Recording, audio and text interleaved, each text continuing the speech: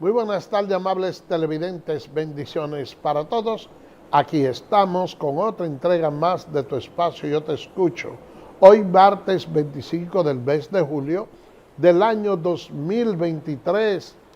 Cuando amaneció esta mañana yo escuché que la ONAMED había pronosticado que en el día de hoy iban a caer intensos aguaceros y yo como que me resistía a creerlo porque veía el día bastante soleado. Sin embargo, estoy viendo que ha estado cayendo bastante lluvia aquí, por lo menos en el Gran Santo Domingo, en el Distrito Nacional, y el aguacero que ahora mismo está cayendo por aquí, por el Sánchez Naco, es bastante grande. Así que así es la naturaleza. A veces uno ve un día bastante soleado y llueve, hay otras veces que está nublado y no llueve. Por eso es que hay un refrán que dice que el día más claro llueve. Bueno, señores, miren, el MINER,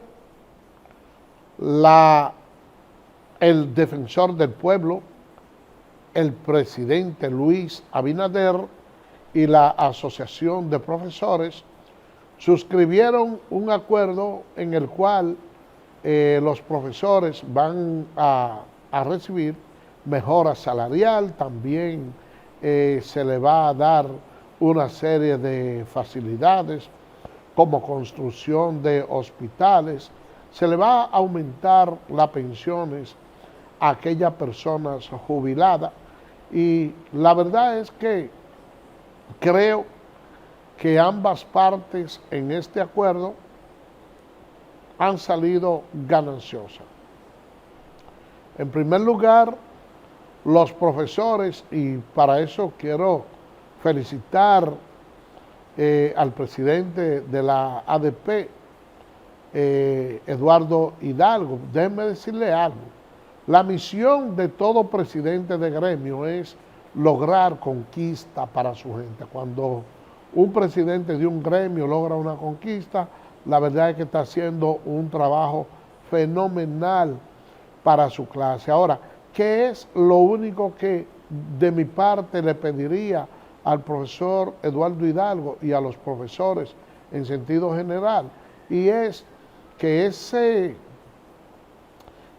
aumento salarial, esa conquista que han recibido, deben de reciprocarla, no solo sin paralizar las clases, sino también en excelencia académica, porque ya la forma de impartir docencia ha cambiado bastante y los métodos obsoletos que se utilizaban en aquellos tiempos ya no pueden ser usados ahora, porque ha habido una revolución en la tecnología y nosotros podemos ver cómo hay una serie de profesores que tienen muchos años en el oficio, que el Estado está en la obligación de protegerlo, pero que ya lucen desfasados a la luz de los nuevos tiempos, cuando usted puede ver que cualquier niño, no importa la edad que tenga, porque ahora estamos en la era digital, cualquier niño agarra a cualquier persona adulto y a través de las redes sociales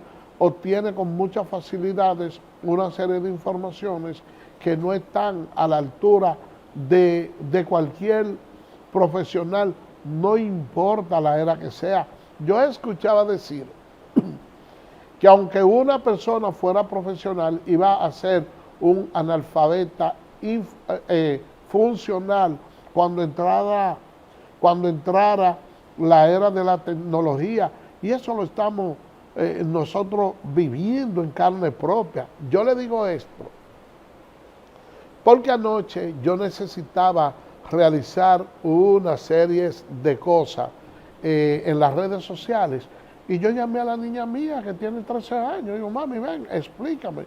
Entonces, es mi niña con menos escolaridad la que rompe a explicarme cómo es que yo debo de descargar la cosa, cómo es que se puede hacer, mire, esto se hace de esta manera, esto es así, por esto y esto. Entonces, yo me imagino muchos de esos profesores que estaban acostumbrados a la tiza, a la pizarra, al borrador y hasta cierto punto pudiéramos decirle hasta la vara.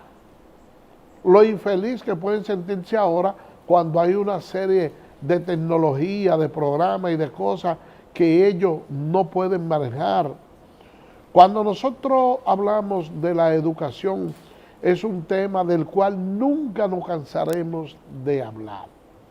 Porque la educación, como le decía en el día de ayer, juega uno de los papeles estelares en cualquier país del mundo.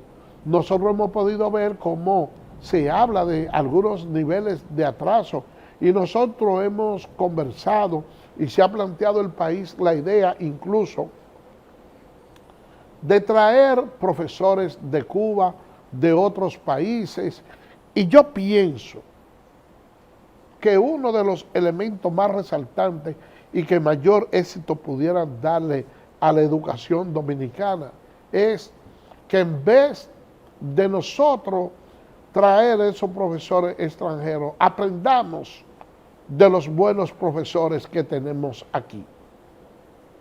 Por ejemplo, en estos días hubo un grupo de estudiantes de un colegio que participó en un concurso en la NASA y nosotros vimos cómo parte de esos niños dominicanos resultaron galardonados por haber ocupado puestos importantes. Entonces, también veo algunos niños que han sido seleccionados para participar en concursos de matemáticas fuera del país y de otras ramas, como la robótica, etcétera, por los amplios conocimientos que tienen. Y entonces, ¿qué pudiera hacer el ministro de Educación? Ir a esos colegios y decir, bueno, miren, estos son los profesores que lograron darle una formación educativa a esos niños dominicanos que ganaron un concurso fuera del país. Vengan acá, vamos a tomarnos este cafecito. ¿Qué método ustedes emplearon para lograr que esos niños pudieran tener esos pases de avance que pudieron representarnos tan dignamente? Y esos profesores decir, mire, el método que nosotros empleamos es entonces llevarlo a ellos como referente y darle charla a muchos de los profesores que imparten la misma materia que ellos. Y decirle, mire, el método que nosotros utilizamos para el aprendizaje fue este y nos dio resultado. Y nosotros entonces empezar a replicar con esos profesores de experiencia que ya tenemos aquí, que se conviertan en monitores de los otros e implementar ese método. Esos profesores que han forjado esos estudiantes que tienen notas sobresalientes de 90, 99, 100, 94, 95, entonces agarrar los profesores de esos niños y juntarlo con los otros que imparten la matemática y decirle, mire, yo como profesor utilizo este método y yo hago esto por esto y he obtenido que mis estudiantes hayan alcanzado la excelencia a nivel tal que cuando uno envía sus notas y envía sus hazañas, ellos cualifican para poder participar en olimpiadas internacionales y así sucesivamente, porque muchas de las cosas que le pudiera hacer daño a nuestra sociedad, no solo en el plano educativo, sino también en otras latitudes, es cuando queremos injertar modelos de otros países que bien sea, tienen un mayor adelanto que el nuestro o pudieran tener un retroceso o estar más atrasado que nosotros. ¿Por qué yo le digo esto, señores? Porque cada país tiene su idiosincrasia, cada país tiene su cultura. Entonces, hay cosas que son aplicables en un determinado país que en la República Dominicana no funcionan.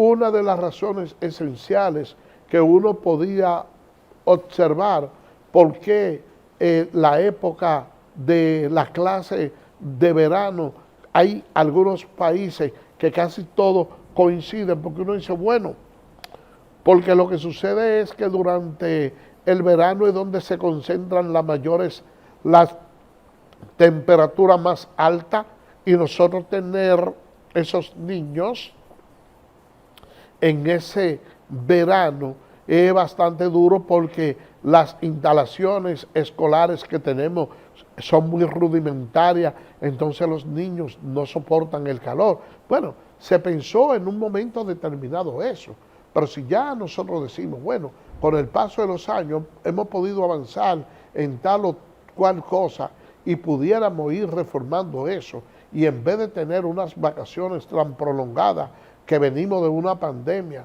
lo que vamos a hacer es que vamos a reducir el periodo de las vacaciones para poder tomar parte de esa laguna que quedó en la pandemia, y qué sé yo, vamos a dar un mes más de clase para reforzamiento, para que los estudiantes en ese programa piloto de ese mes, entonces nosotros podamos irlo acondicionando para el próximo nivel, para que no vayan con tanta laguna, para que cuando nos vayan a medir nuevamente, entonces se pueda observar que hemos tenido cierto crecimiento. También pudiera ser el caso, señores, es que cada día tiene su gracia, cada país tiene su idiosincrasia, y la educación es algo que debe florecer por el bienestar colectivo de la nación.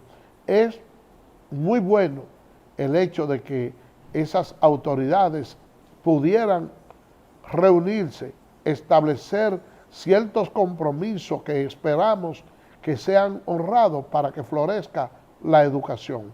Vámonos a una pausa y regresamos en breve.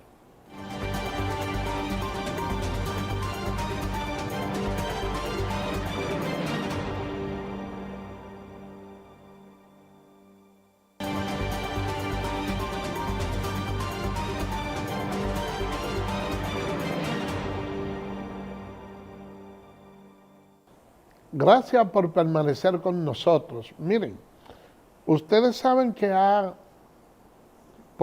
sido título de mucho comentario el hecho de que el PRM enviara el listado de sus precandidatos no solo a la Procuraduría General de la República, sino a la Embajada de los Estados Unidos.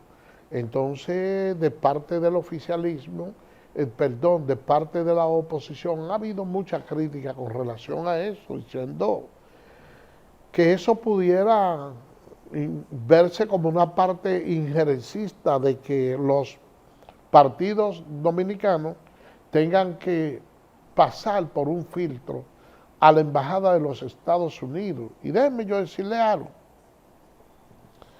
que si uno lo ve desde ese punto de vista, pudiera verse como una debilidad de parte del PRM.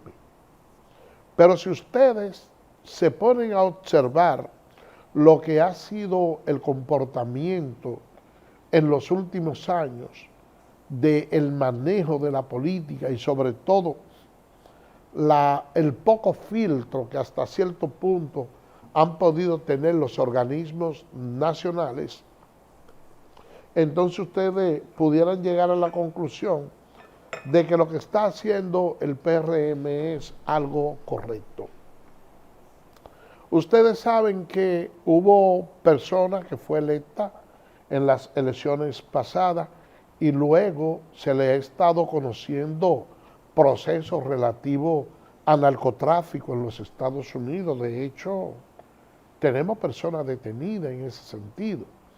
Entonces,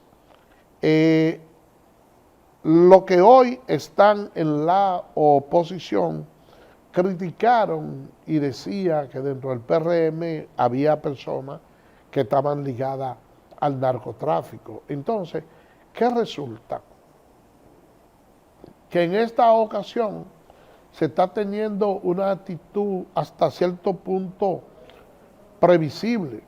Y si realmente hay personas que tienen cuenta pendiente con los Estados Unidos con relación a temas de droga, lavado de activos o cualquier otra cosa, bueno, pues lo más idóneo sería que uno pudiera determinarlo desde ahora y no esperar que llegue la situación para entonces luego resaltar eso y tratar de sacarle filo político. Yo le digo esto, señores, porque ustedes saben que parte de las personas que han sido acusadas de narcotráfico eran personas que en su momento pertenecían al Partido de la Liberación Dominicana, que había un procurador general de la República que durante el periodo que esa persona formaban parte de su partido, no había salido a flote ningún tipo de declaraciones,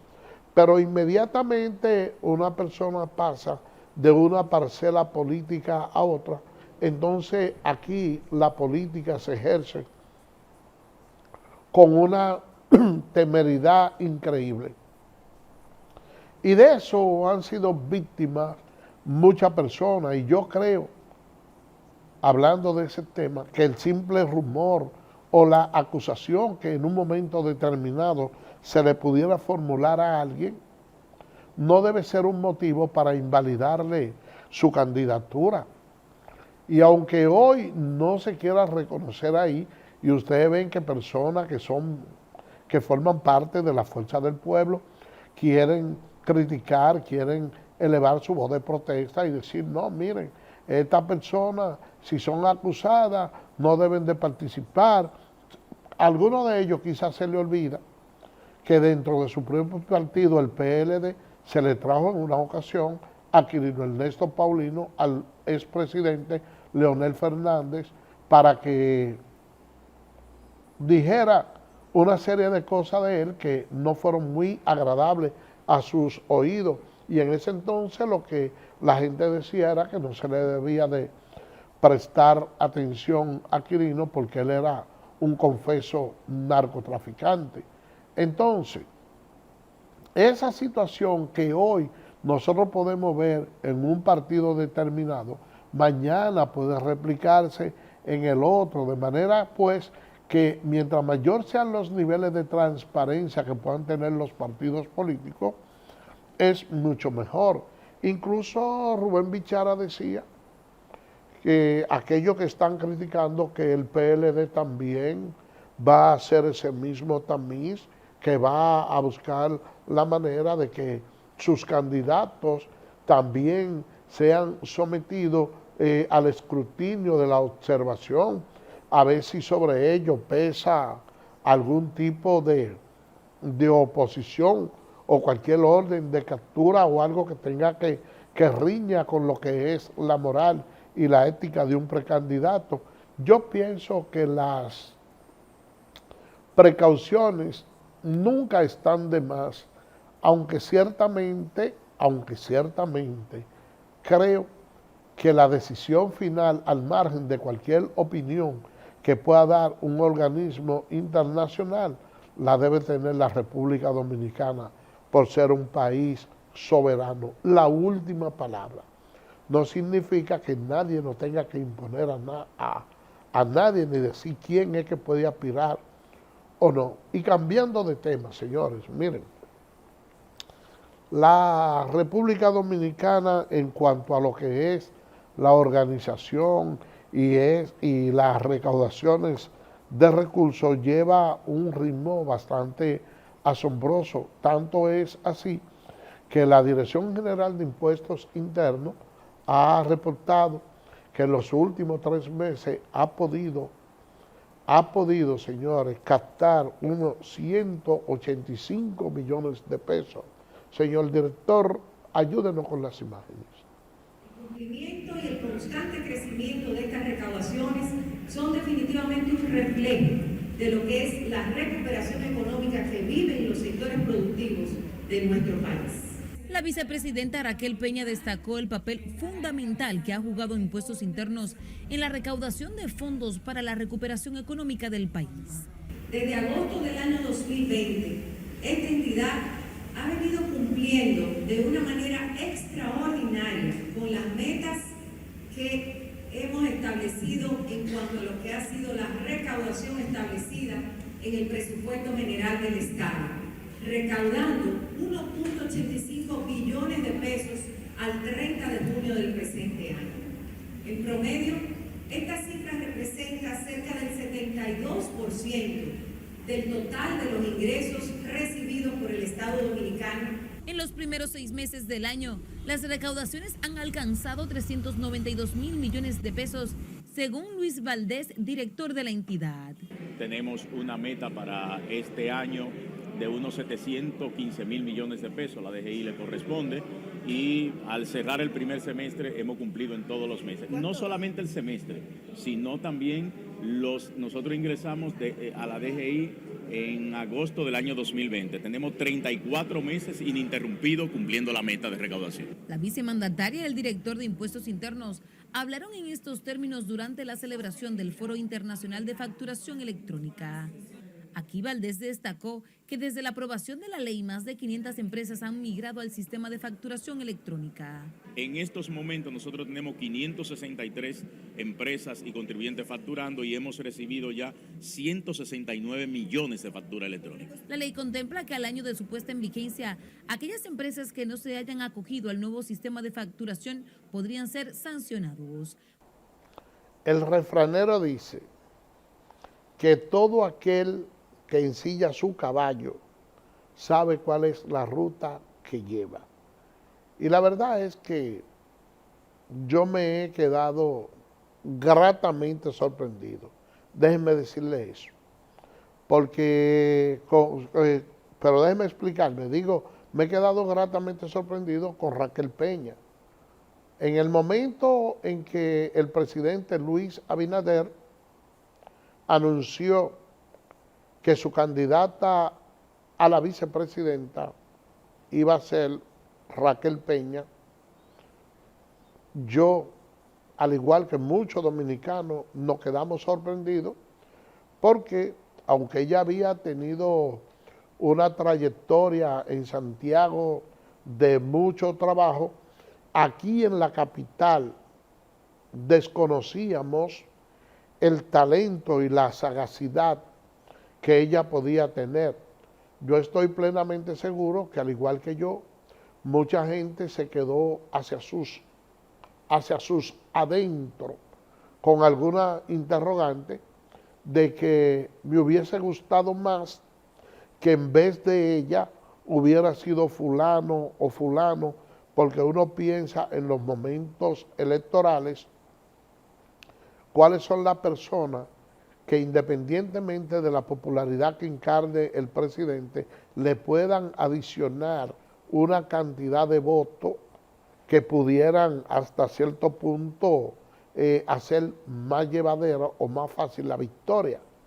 Y la verdad es que en ese momento Raquel podía sumar no todo lo que uno pensaba, pero tampoco hacía daño porque no se conocía ninguna parte negativa de ella al momento de ser escogida. Pero la verdad es que uno, viendo el trabajo encomiable que ha hecho ella como vicepresidenta, hay que resaltar esto. Y la verdad es que el presidente Luis Abinader le ha dado una serie de tareas difíciles y ella ha sabido manejarse bien como toda una artesana de la política. Yo jamás pensé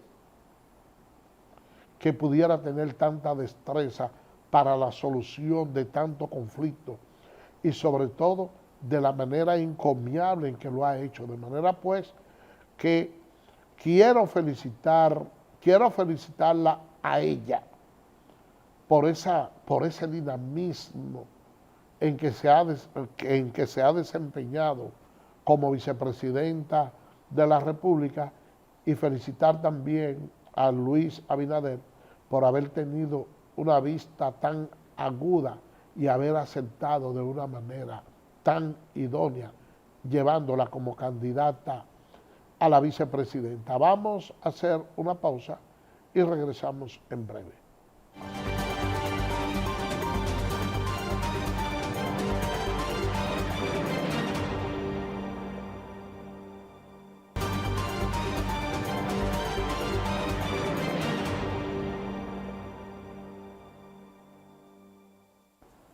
Gracias por permanecer con nosotros.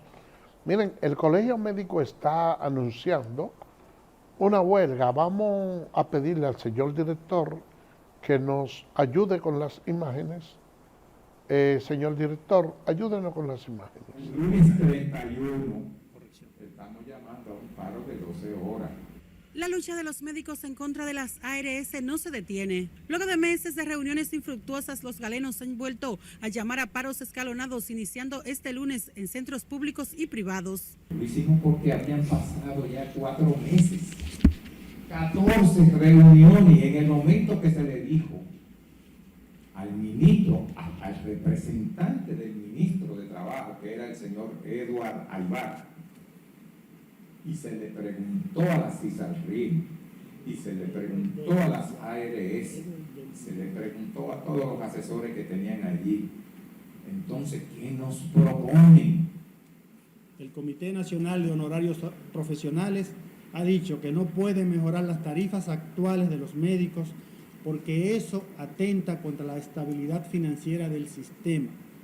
Y eso ocurre mientras las ARS reportan beneficios superiores a los 2.878 millones de pesos en el año 2022 y las proyecciones apuntan a que serán mayores en el presente año 2023. Durante la huelga, los médicos solo atenderán pacientes críticos y emergencias. Desde hace varios meses, el Colegio Médico, el gobierno y las administradoras de riesgos de salud se mantuvieron en la mesa de negociación para mejorar los beneficios de los galenos y mayor cobertura del Plan Básico de la Seguridad Social. Nosotros nos paramos de esa mesa un miércoles 15 de marzo. No había realmente voluntad política de querer resolver el problema. Pero aún así, nosotros estamos diciendo, hagan una propuesta, una contrapropuesta viable, y vamos de nuevo entonces a sentarnos. Los médicos se han declarado en sesión permanente y no descartan profundizar su lucha. Solo en el sector privado resultarían impactados por la huelga médica más de 4 millones de afiliados. Sila Disaquino, Miren, la situación que viven los médicos es un tanto difícil porque esa administradora de pensiones fueron creadas pensando en beneficio de unos cuantos para sacar provecho personal. Sin embargo, nosotros reconocemos que los médicos merecen unos mejores honorarios. De hecho, yo me solidarizo en parte con ellos. Le digo en parte con ellos porque reconozco que su reclamo es justo, pero nunca yo estoy de acuerdo con huelga que hagan médicos ni profesores, aunque sí estoy de acuerdo con que se les satisfaga en su demanda. Yo le digo esto, señores, porque es que los administradores de la ARS, todos tienen mucho dinero, manejan cantidades de dinero excesivas, que ninguno de ellos tiene la necesidad de ir a ningún hospital público. Son las personas pobres los que no tienen recursos para ir a los hospitales, los que visitan allá. Entonces, de esa manera, señores, a quien se perjudica es a la clase menos pudiente. Entonces, el Estado no tiene una posición, pudiéramos decir, protagónica en esto, sino más bien asumir un papel de mediador entre las ARS y el Colegio Médico. Entonces, Cuando a una gente le ponen una cita que tiene problemas renales o del corazón, por la cantidad de pacientes que tienen los hospitales, no pueden ponérsela para un tiempo más o menos prudente. Hay veces que le ponen cita 3 y 4 meses y cuando le llega ese día que hay una huelga, esa persona que a veces vienen de lugares muy apartados del país, recolectando el pasaje porque no tienen cómo movilizarse, entonces le dicen, mira, hay una huelga, usted tiene que irse, y entonces, bueno, usted tiene que volver para reprogramarle esa cita. Y ustedes saben lo que es una persona que tenga un problema del corazón, de los riñones, del hígado, y que cuando venga aquí le diga, mire, usted tiene tal y tal problema, pero que entonces usted tiene que venir dentro de 3 meses más. El desconsuelo que le da a ellos, porque hay parte que no se ha cumplido dentro de lo que es el esquema de la seguridad social, y son las denominadas atenciones primarias, para que los pacientes puedan tener por lo menos un tratamiento más efectivo y que esos médicos estén apenas a una escuadra de los lugares donde viven, el llamado médico familiar, porque nosotros hemos adoptado un sistema de seguridad social del viejo modelo chileno, de los soletos, desde el tiempo que estaba César Augusto Pinochet. Y esa es una situación que es bastante problemática y a veces a uno le produce irritación, sobre todo cuando uno ve que de manera concomitante se están anunciando huelga de los médicos, pero por otra parte ve que dentro del plano judicial también se está conociendo el caso Pulpo, que el caso Coral, que son aplazados porque se le imputa a esa persona que fueron millones de pesos que sacaron del erario dominicano. Entonces uno como que se le hace difícil, un trago amargo asimilar que aquí haya personas que vayan a un hospital y sencillamente tenga que salir despavorido a los familiares a comprar hilo porque no hay con qué suturarlo en un hospital.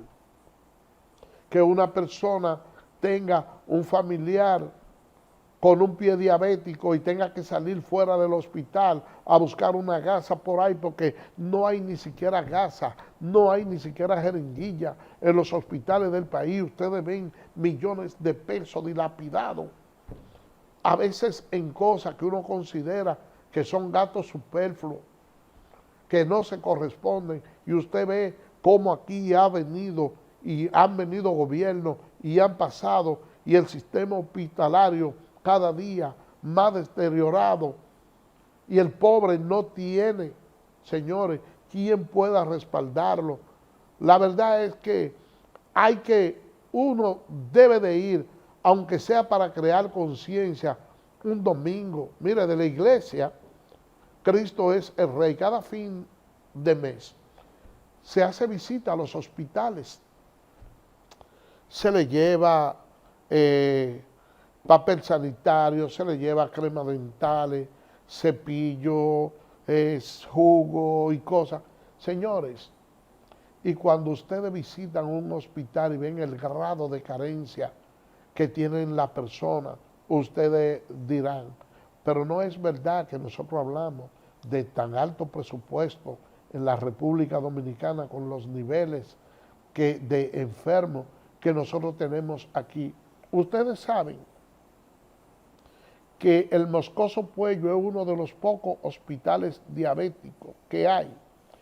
Y hay personas que hay que hacerle amputaciones y antes de tener, pudiéramos decir, el tiempo idóneo para dejarlo allá, hay que sacarlo, porque hay una lista larga de personas esperando que ese se vaya para ir haciéndole amputaciones y no hay espacio para eso.